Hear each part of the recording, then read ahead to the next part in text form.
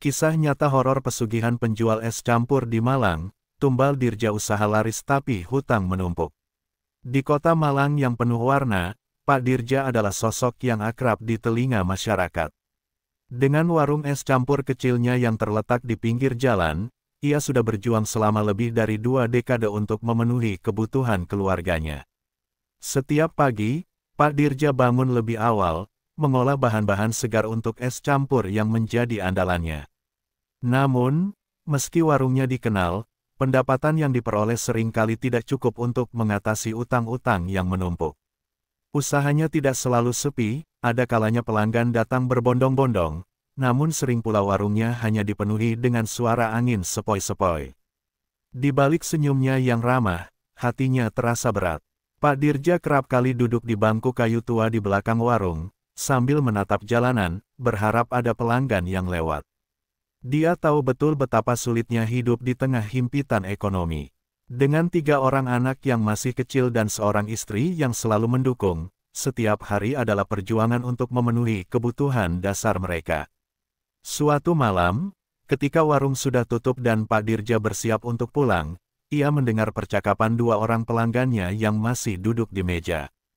Mereka membahas tentang seorang dukun tua yang memiliki kemampuan untuk mengubah nasib seseorang. Katanya, dia bisa bikin daganganmu laris manis, tapi harus ada tumbal, ujar salah satu dari mereka dengan nada serius. Pak Dirja tersentak, kata, tumbal, membuatnya merenung. Ia tahu bahwa dalam budaya masyarakat, ada banyak cerita tentang pesugihan dan makhluk gaib. Meski ia tidak pernah percaya sepenuhnya, keputusasaannya membuatnya tertarik. Ia mulai membayangkan bagaimana hidupnya akan berubah jika warungnya ramai. Ia bisa memberikan pendidikan yang lebih baik untuk anak-anaknya, membeli rumah yang layak, dan menikmati hidup tanpa tekanan utang. Di tengah keraguan, Pak Dirja berusaha menepis pikiran gelapnya. Namun, malam itu, ia tidak bisa tidur. Ia terbangun berkali-kali, memikirkan tentang dukun tua yang disebutkan pelanggannya. Apakah ia benar-benar bisa membantu? Apa yang harus ia lakukan? Ia merasa terpecah antara keyakinan dan harapan. Mimpinya untuk meraih kesuksesan seolah menjelma menjadi sebuah jalan pintas yang menggiurkan. Keesokan harinya, Pak Dirja melanjutkan rutinitasnya, tetapi pikirannya masih terfokus pada dukun. Ia melihat anak-anaknya bermain di halaman, dan rasa rindu untuk memberikan yang terbaik untuk mereka semakin menguat. Dalam hatinya, ia mulai membuat keputusan. Ia akan mencari dukun itu, meskipun ia tahu ada risiko yang harus dihadapi. Dalam ketidakpastian, harapan menjadi satu-satunya pelita. Setelah mengumpulkan keberanian, Pak Dirja bertanya kepada beberapa orang di sekitar tentang alamat dukun tua tersebut. Mereka memberitahunya bahwa dukun itu tinggal di pinggiran kota, di sebuah rumah tua yang dikelilingi hutan lebat. Dalam perjalanan menuju rumah dukun, dia merasakan campuran antara harapan dan ketakutan. Apa yang akan terjadi setelah ia menemui dukun? Apakah ia akan menemukan solusi untuk semua masalahnya, atau justru terjerumus ke dalam kegelapan yang lebih dalam? Sesampainya di rumah dukun, suasana terasa mencekam. Bangunan tua itu tampak angker, dengan jendela-jendela yang tertutup rapat dan semak-semak liar yang tumbuh di sekelilingnya. Pak Dirja mengedarkan pandangannya, merasakan beban di dadanya. Namun, saat ia mengetuk pintu, ia tahu bahwa ia harus melakukan ini. Dalam pencarian untuk mengubah nasib, ia bersiap menghadapi konsekuensi dari pilihan yang akan diambil. Dengan setiap ketukan, jantungnya berdegup kencang. Apakah dia siap untuk apa yang akan dia hadapi di dalam? Perasaan campur aduk melanda dirinya, antara harapan untuk meraih kesuksesan dan ketakutan akan apa yang akan terjadi. Dalam hati, Pak Dirja berdoa, semoga keputusan ini tidak akan menghancurkan semua yang dicintainya. Setelah mengetuk pintu, Pak Dirja menunggu dengan napas tertahan. Beberapa detik terasa seperti selamanya hingga akhirnya pintu kayu tua itu terbuka. Di balik pintu, berdiri seorang dukun tua dengan rambut putih panjang dan mata yang tajam. Meskipun wajahnya terlihat keriput dan penuh garis, ada sesuatu yang menakutkan sekaligus menawan dalam tatapannya. Dukun itu memandang Pak Dirja seolah bisa membaca isi hatinya. "Masuklah," ucapnya dengan suara berat, seraya melangkah mundur dan memberi jalan. Pak Dirja melangkah masuk, merasakan hawa dingin yang menyelimuti ruangan. Di dalam, suasana terasa mencekam. Dinding-dinding dipenuhi dengan barang-barang aneh, botol-botol berisi ramuan, boneka voodoo, dan berbagai sesaji yang diletakkan di altar kecil di sudut ruangan. Setelah duduk di kursi kayu yang tampak usang, Pak Dirja merasa gelisah. Dukun itu duduk di depan meja, menatapnya dengan penuh perhatian. "Apa yang kau inginkan, wahai anak manusia?" tanyanya, suaranya serak dan penuh misteri.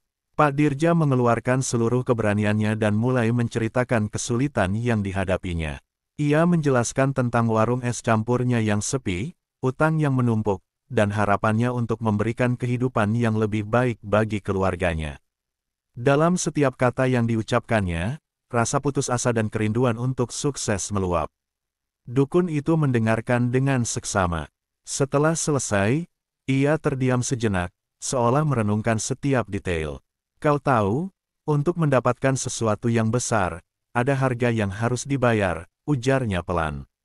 "Ritual pesugihan bisa membawamu pada kesuksesan yang kau impikan, tetapi ada tumbal yang harus kau berikan." Mendengar kata tumbal, Pak Dirja merasa jantungnya berdegup kencang. Ia tahu bahwa dalam banyak cerita, tumbal seringkali berarti sesuatu yang mengerikan. Namun, harapannya untuk meraih keberhasilan mengalahkan rasa takutnya. Ia bertanya, "Apa yang harus saya lakukan?" Dukun itu menjelaskan bahwa ia perlu melakukan ritual tertentu di malam hari. Ritual ini melibatkan sesaji yang harus disiapkan dengan baik, termasuk makanan dan benda-benda yang dianggap berharga. Namun, tumbal yang dimaksud tidak selalu harus berupa sesuatu yang bersifat fisik, bisa juga berupa pengorbanan emosional atau spiritual. "Kau harus bersedia memberikan sesuatu yang berarti bagimu," ujarnya. Pak Dirja merasakan ketegangan meningkat. Ia memikirkan keluarganya, anak-anaknya, dan semua yang telah ia jalani hingga saat ini. Namun, saat ia membayangkan warungnya yang penuh pelanggan, semua itu terasa sebanding. "Saya bersedia," ucapnya tegas, meski ada getaran ketidakpastian di dalamnya. Dukun itu tersenyum, namun senyumnya terasa menakutkan. Ia mulai memberikan instruksi tentang apa yang harus dilakukan. "Kau harus menyiapkan sesaji dengan bahan-bahan yang khusus, dan lakukan ritual di dapur warungmu pada tengah malam. Ingat, keikhlasan adalah kunci," katanya. "Setelah itu, tunggulah tanda-tanda dari makhluk yang akan kau panggil." Pak Dirja pulang dengan perasaan campur aduk. Dalam perjalanan, pikirannya dipenuhi dengan bayangan kesuksesan yang mungkin akan datang. Namun, rasa takut dan keraguan terus mengikutinya. Apa yang akan terjadi jika ia melangkah lebih jauh? Apakah semua ini sepadan? Setibanya di rumah, Pak Dirja merasa gelisah. Istrinya, Bu Rini, menyambutnya dengan senyum, tetapi ia mendapati tatapan suaminya yang gelisah. "Ada apa, Dirja? Kau terlihat tidak tenang," tanyanya dengan penuh perhatian. Pak Dirja berusaha menyembunyikan perasaannya, tetapi dalam benaknya, ia terus berdebat. Ia ingin berbagi rencananya, tetapi ia juga takut akan reaksi Bu Rini. Ia akhirnya memutuskan untuk tidak membicarakannya, mengingat betapa besar harapannya untuk meraih kesuksesan. Malam itu, saat semua orang terlelap, Pak Dirja duduk sendiri, mempersiapkan sesaji yang diperlukan. Ia mengumpulkan bahan-bahan segar untuk es campur, mengatur semuanya dengan rapi di atas meja. Ia juga mengambil beberapa benda kesayangannya, seperti gelang warisan dari neneknya, yang selama ini ia simpan sebagai kenang-kenangan. Saat malam semakin larut, suasana di rumah terasa semakin mencekam. Suara angin berdesir dan kadang terdengar suara-suara aneh dari luar. Pak Dirja merasakan ketidakpastian yang mendalam. Dia berdoa dalam hati, berharap agar semua ini tidak membawa malapetaka. Ketika jam menunjukkan tengah malam, Pak Dirja bersiap untuk ritualnya. Dengan hati berdebar, ia melangkah ke dapur, tempat di mana semua akan dimulai. Di sana, ia merasakan aura yang berbeda, seolah ada sesuatu yang sedang menunggu. Dalam pikirannya, ia bertekad untuk melakukan semua yang diperintahkan dukun, meski harus membayar harga yang mahal. Dengan suara bergetar, ia mulai mengucapkan mantra yang diajarkan. Suasana di sekelilingnya terasa semakin mencekam, dan ia merasakan kehadiran sesuatu yang tidak terlihat. Dalam kegelapan dapur, bayangan-bayangan mulai bergerak, dan Pak Dirja merasa seperti ada yang mengawasinya. Dalam kegelapan, harapannya berjuang melawan ketakutan yang semakin mendalam. Malam itu, suasana di dapur warung es campur Pak Dirja terasa berbeda. Lampu kuning yang redup menciptakan bayangan-bayangan yang menari di dinding. Jantungnya berdegup kencang saat ia berdiri di tengah-tengah ruangan, dikelilingi oleh sesaji yang telah disiapkan dengan penuh perhatian. Semua yang diajarkan dukun kini harus ia jalankan dengan tepat agar ritual pesugihan ini berhasil. Pak Dirja memeriksa semua bahan yang telah disiapkan. Di atas meja, terdapat mangkuk berisi es campur yang didekorasi dengan indah, beberapa potong buah segar, dan gula merah yang dihaluskan.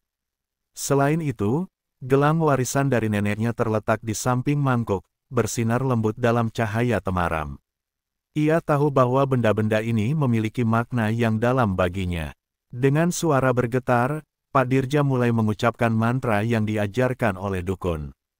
Kata-kata itu terasa berat di lidahnya, seperti mengandung beban yang tak tertanggung. Dalam setiap suku kata, ia mengharapkan keajaiban, berdoa agar makhluk gaib yang ia panggil bisa mendengar dan memenuhi harapannya. Namun, saat ia semakin masuk ke dalam fokus ritual, suasana di dapur menjadi semakin mencekam.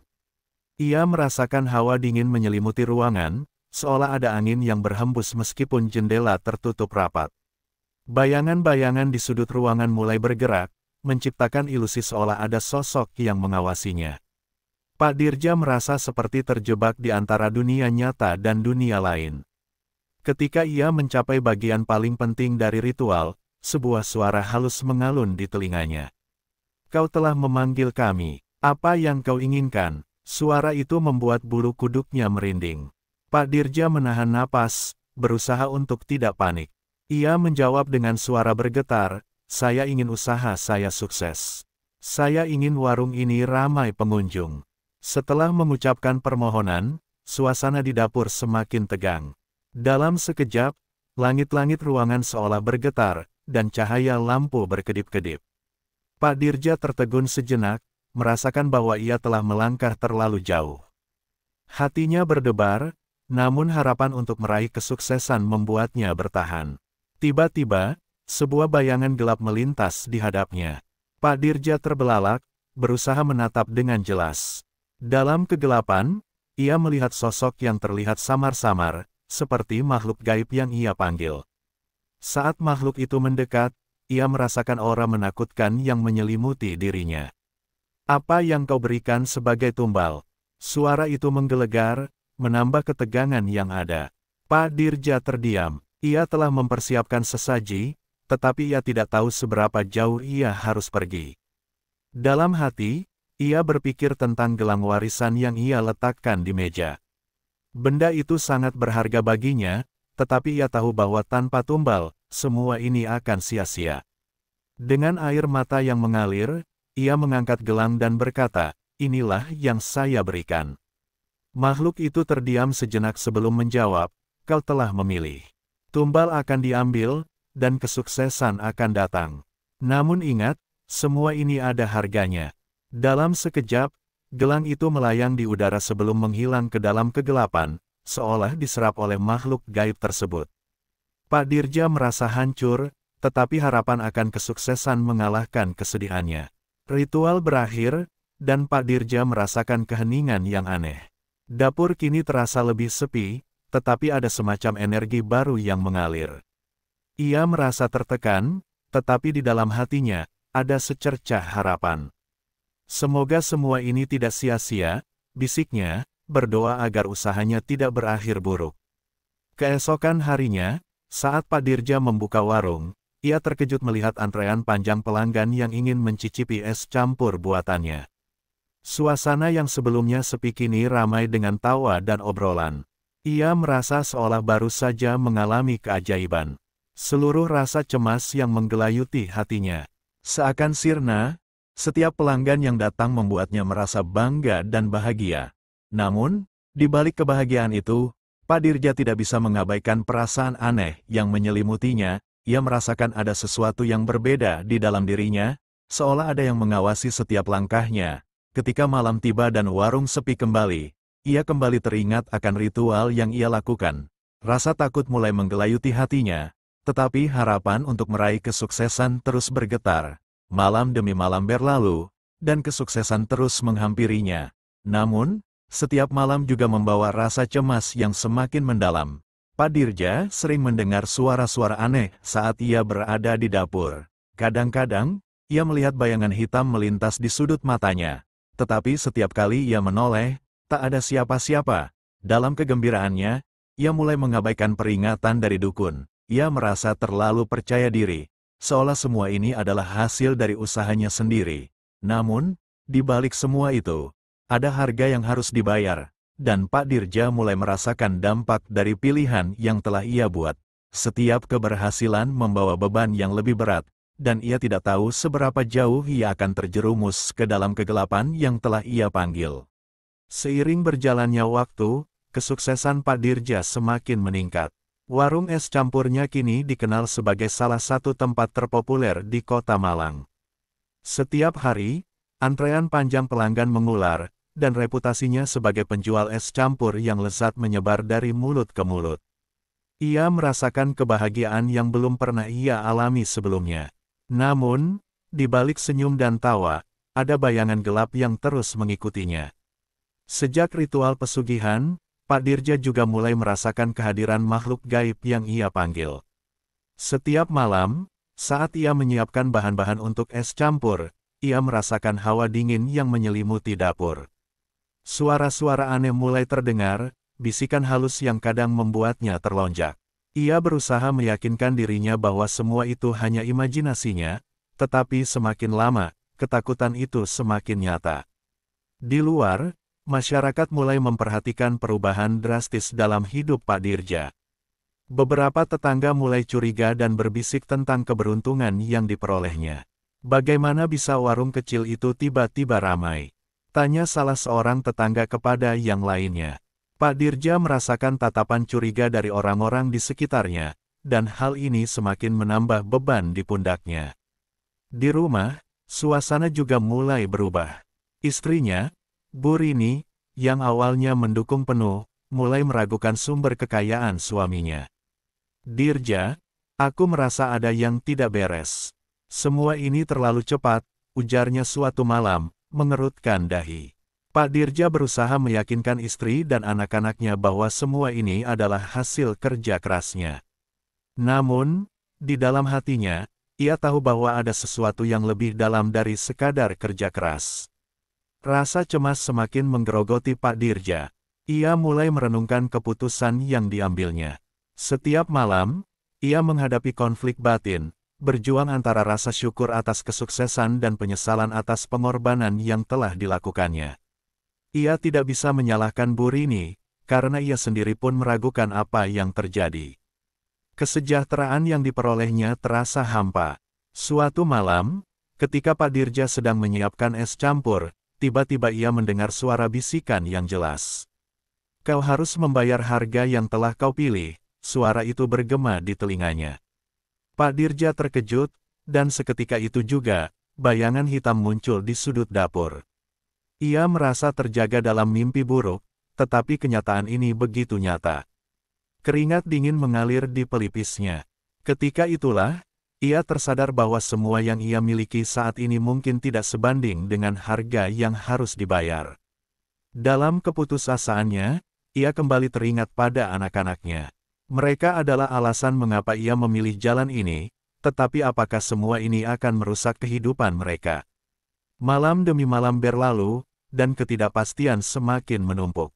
Suatu ketika, anak bungsunya, Dito, tiba-tiba jatuh sakit. Bu Rini panik dan langsung membawanya ke dokter, tetapi penyakit Dito tampak aneh dan tidak kunjung membaik. Pak Dirja merasakan ketakutan yang mendalam. Dalam benaknya, ia mulai mengaitkan semua kejadian ini dengan ritual yang telah dilakukannya. Saat Dito terbaring lemah di rumah sakit, Pak Dirja merasa terpuruk. Setiap detik yang berlalu terasa seperti beban yang semakin berat. Dalam keadaan putus asa, ia kembali teringat pada dukun yang pernah ditemuinya. Ini semua salahku, pikirnya, menyesali keputusan yang diambil. Apakah ia harus kembali pada dukun itu dan meminta bantuan? Tapi, ia juga tahu bahwa itu berarti melangkah lebih jauh ke dalam kegelapan yang telah ia panggil. Ketika Pak Dirja akhirnya mengunjungi Dito di rumah sakit, hati kecilnya penuh dengan rasa sakit dan penyesalan. Ia duduk di samping ranjang anaknya, menggenggam tangan kecil Dito dengan lembut. "Maafkan ayah, nak. Ayah seharusnya tidak melakukan ini," bisiknya, air mata mengalir di pipinya. Ia merasa terjebak dalam labirin kesalahan yang tidak bisa ia perbaiki. Di luar, ia mendengar suara orang-orang berbisik tentang keanehan yang menimpa keluarganya. Rasa cemas semakin menggerogoti pikirannya. Apakah semua ini adalah akibat dari kesuksesannya yang diraih dengan cara yang salah? Dalam keputusasaannya, Pak Dirja mulai meragukan segala sesuatu yang telah ia capai. Malam itu, saat ia pulang ke rumah, Pak Dirja merasa kosong. Semua barang-barang baru yang dibeli untuk keluarganya terasa hampa. Ia merenung di bangku kayu tua di teras rumah, menatap bulan yang bersinar redup. Pemikiran tentang keberhasilan yang diraih dengan cara yang tidak benar semakin menghantuinya. Ia tahu bahwa ada harga yang harus dibayar, dan sekarang, ia merasakan dampaknya. Apa yang dulunya menjadi impian kini berubah menjadi mimpi buruk. Dalam perjalanan hidupnya, ia telah memilih jalan yang penuh risiko, dan sekarang ia harus menghadapi konsekuensi dari pilihan tersebut. Malam itu, Pak Dirja berjanji pada dirinya sendiri untuk mencari jalan keluar. Ia tidak bisa membiarkan keluarganya menderita lebih lama lagi. Namun, ia juga tahu bahwa jalan untuk membebaskan diri dari kegelapan ini tidak akan mudah. Ketakutan dan penyesalan menyelimuti dirinya, dan ia hanya bisa berharap bahwa suatu saat, semua ini akan berakhir dengan cara yang lebih baik. Hari-hari berlalu, dan kondisi Dito semakin memburuk. Pak Dirja merasa tertekan, tidak hanya karena sakit yang diderita anaknya, tetapi juga karena beratnya beban penyesalan yang terus menggerogoti hatinya. Di dalam benaknya, ia tidak bisa melupakan suara bisikan yang mengatakan bahwa semua ini adalah akibat dari pilihan-pilihannya. Setiap kali ia melihat wajah Dito yang lemah, rasa bersalah semakin mendalam. Suatu malam, setelah menghabiskan waktu di rumah sakit, Pak Dirja pulang dengan langkah lesu. Ia tidak bisa tidur, pikirannya penuh dengan bayangan masa lalu, masa-masa ketika ia hanya seorang penjual es campur sederhana yang tidak terikat pada ritual dan pesugihan. Kini, ia merasa terjebak dalam kegelapan yang telah ia ciptakan sendiri. Ketika ia masuk ke rumah, Bu Rini sedang duduk di ruang tamu, wajahnya terlihat cemas. "Dirja, kita harus berbicara," katanya dengan suara rendah. Pak Dirja tahu apa yang akan dikatakan istrinya. "Kita tidak bisa terus seperti ini. Dito butuh perhatian kita. Kita harus mencari cara untuk menyelamatkannya." Mendengar kata-kata itu, Pak Dirja merasakan hatinya bergetar. Ia ingin segera menemukan jalan keluar, tetapi rasa takut akan konsekuensi dari keputusan yang telah ia ambil menghalanginya. Aku tidak tahu harus bagaimana, Rini. Semua ini terjadi karena aku," jawabnya dengan suara bergetar. Bu Rini menatap suaminya dengan penuh pengertian. "Kita harus kembali ke dukun itu. Mungkin dia bisa membantu kita," ujarnya dengan harapan. Namun, di dalam hati Pak Dirja, ada suara yang menolak. Ia tidak ingin kembali ke jalan kegelapan yang telah ia pilih. Tetapi apa alternatifnya? Ia merasa terjebak di antara dua pilihan yang sama-sama menakutkan. Malam itu, Pak Dirja berbaring di tempat tidur, tetapi tidur tidak kunjung datang. Ia teringat pada dukun yang pernah ia temui, dan semua yang telah ia lakukan. Dalam kegelapan malam, ia berdoa, memohon ampunan dan petunjuk. "Ya Allah, jika ada jalan keluar, tunjukkanlah," ujarnya dengan penuh harap. Keesokan harinya, Pak Dirja memutuskan untuk kembali ke dukun. Dalam perjalanan, rasa cemas terus membayang.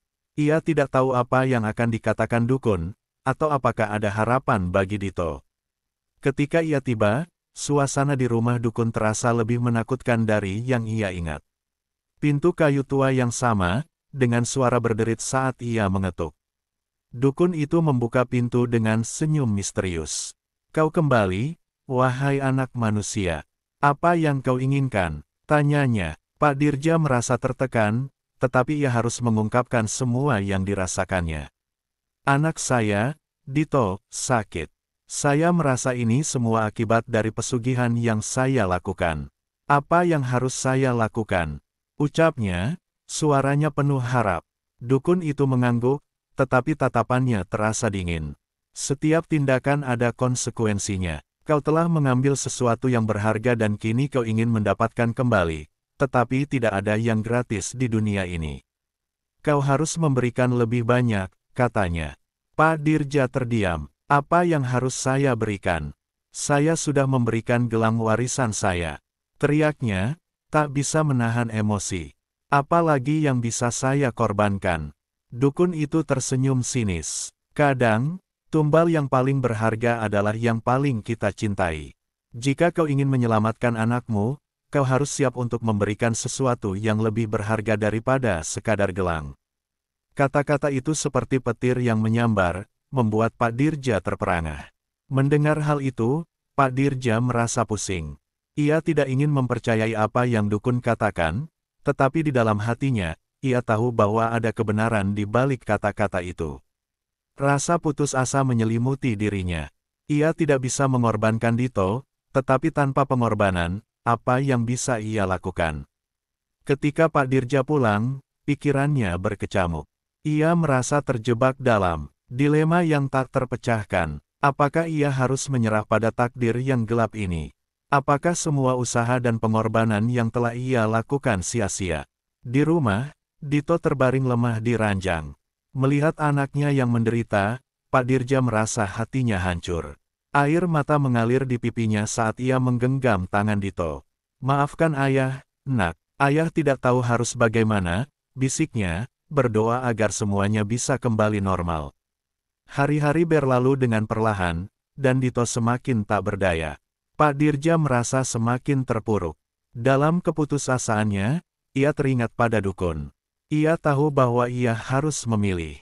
Dalam kegelapan malam, ia memutuskan untuk kembali ke dukun, siap untuk menawarkan apapun yang diminta. Kembali ke rumah dukun, Pak Dirja merasa seperti berjalan menuju kematian. Ia tidak tahu apa yang menantinya, tetapi ia tahu bahwa ia tidak bisa membiarkan Dito menderita lebih lama.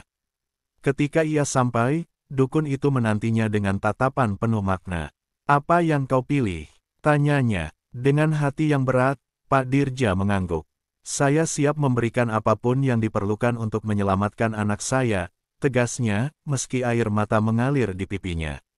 Dukun itu tersenyum, tetapi senyumnya terasa menakutkan. "Baiklah, kita akan melakukan ritual lain.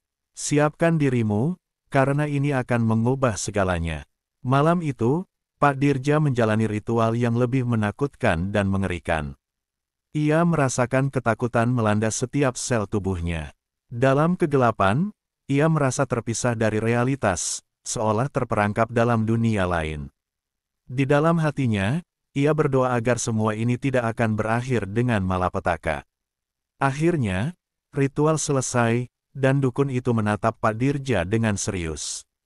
"Kau telah memilih. Sekarang, anakmu akan diselamatkan, tetapi ingat, ada harga yang harus dibayar.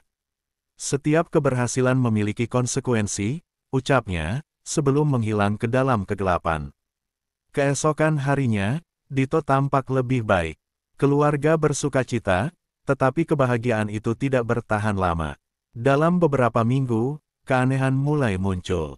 Pak Dirja mendapati dirinya sering mendengar bisikan halus, dan bayangan-bayangan gelap mulai mengintainya kembali. Satu malam, saat ia bersiap tidur, Pak Dirja merasakan getaran aneh di dalam rumah. Suara anak-anak tertawa dan bermain tiba-tiba menghilang, digantikan oleh keheningan yang mencekam. Dalam kegelapan, ia merasakan kehadiran makhluk gaib yang mengawasinya. Dalam satu momen, semuanya terjadi begitu cepat. Bayangan gelap itu mendekat, dan Pak Dirja merasakan seolah jiwanya sedang ditarik keluar dari tubuhnya. Dalam keadaan panik, ia berlari menuju Dito, tetapi saat ia sampai, ia melihat sesuatu yang tak terbayangkan. Dito, yang seharusnya sehat, kini terbaring kaku. Rasa sakit dan penyesalan merobek hatinya. Akhirnya, Pak Dirja menyadari bahwa semua yang ia lakukan tidak membawa kebahagiaan, tetapi hanya kesedihan yang mendalam. Dalam keputusasaannya, ia jatuh berlutut di samping ranjang anaknya, merasakan betapa mahalnya harga dari kesuksesan yang diraih dengan cara yang salah. Semua harapannya hancur, dan rasa penyesalan itu mengubur semua kebahagiaan yang pernah ada. Di akhir cerita, Pak Dirja duduk sendirian di warung yang kini sepi, mengenang semua yang telah terjadi. Kesuksesan tidak berarti apa-apa jika harus menghancurkan segalanya. Dalam kegelapan, ia menyadari bahwa tidak ada jalan pintas untuk mencapai kebahagiaan. Kini, ia hanya memiliki penyesalan dan kesedihan sebagai teman, terjebak dalam kesalahan yang tidak bisa ia perbaiki. Dari cerita, Es Campur Kematian, Ritual Tumbal Pak Dirja, terdapat beberapa hikmah yang dapat diambil. 1. Kesuksesan tidak ada yang instan. Cerita ini menunjukkan bahwa mencari jalan pintas untuk mencapai kesuksesan seringkali berujung pada konsekuensi yang menyakitkan. Kerja keras dan ketekunan tetap menjadi cara terbaik untuk meraih tujuan. 2. Harga dari pilihan. Setiap pilihan yang kita buat memiliki konsekuensi. Dalam cerita, Pak Dirja harus membayar harga yang sangat mahal untuk kesuksesannya, yang mengajarkan kita untuk berpikir matang sebelum mengambil keputusan. 3. Nilai keluarga. Kesuksesan yang diperoleh dengan mengorbankan orang yang kita cintai tidak akan pernah membawa kebahagiaan. Keluarga adalah hal yang paling berharga, dan tidak ada yang lebih penting daripada kesejahteraan mereka. 4. Bahaya keinginan yang berlebihan. Keinginan untuk cepat kaya atau sukses dapat membuat seseorang tergoda untuk mengambil jalan yang salah. Cerita ini mengingatkan kita untuk tetap realistis dan tidak terjebak dalam godaan yang bisa menghancurkan hidup. 5. Pentingnya kejujuran. Keberhasilan yang diraih melalui cara yang tidak jujur atau tidak etis akan membawa rasa penyesalan yang mendalam. Kejujuran dan integritas adalah fondasi yang penting dalam kehidupan. 6. Penerimaan ketidakpastian. Hidup penuh dengan ketidakpastian dan risiko. Pak Dirja harus belajar untuk menghadapi konsekuensi dari pilihannya, membawa pesan bahwa kita harus siap menerima hasil dari tindakan kita, baik positif maupun negatif. 7. Pentingnya refleksi diri. Cerita ini juga mengajak kita untuk merenungkan pilihan hidup dan dampaknya, serta untuk terus belajar dari kesalahan yang telah dilakukan. Secara keseluruhan, cerita ini mengingatkan kita akan pentingnya membuat keputusan yang bijak dan menghargai hal-hal yang benar-benar berharga dalam hidup kita.